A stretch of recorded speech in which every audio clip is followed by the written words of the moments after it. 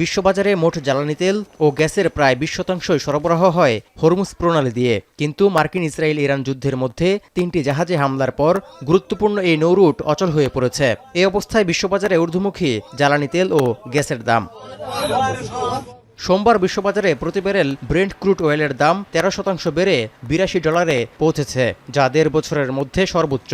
এমনকি যুদ্ধ দীর্ঘায়িত হলে তেলের দাম $100 ছাড়াতে পারে বলেও সতর্ক করেছেন অনেক বিশ্লেষক। এতে অর্থনীতিতে ধসের শঙ্কাও করছেন অর্থনীতিবিদরা।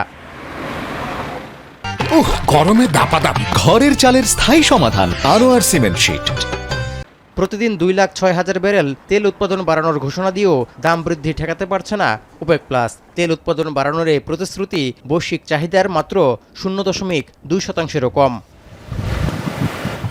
জাহাজের তথ্য বিশ্লেষণ প্ল্যাটফর্ম কেপলারের দেয়া তথ্য বলছে, হামলা পাল্টা হামলার মধ্যে হরমুজ প্রণালী থেকে অনেক দূরের উপসাগরীয় জলসীমায় অন্তত 150টি তেলবাহী ট্যাঙ্কার নোঙর করেছে। তবে ইরান ও চীনের কয়েকটি জাহাজ আজ এই প্রণালী দিয়ে অতিক্রম করেছে। এ অবস্থায় যুদ্ধের মধ্যে বাণিজ্যিক জাহাজগুলোর ঝুঁকি বেড়ে যাওয়ায় বিমা খরচও আকাশছোঁয়া হওয়ার শঙ্কা করা হচ্ছে। এদিকে ওয়াল স্ট্রিটের S&P সহ পশ্চিমা বিশ্বের শেয়ারবাজারগুলোর ফিউচার সূচকে সপ্তাহের প্রথম দিনেই আজ অন্তত 1% পতন দেখা গেছে। তবে তেল কোম্পানিগুলোর শেয়ারের দরে দেখা গেছে ভিন্ন চিত্র।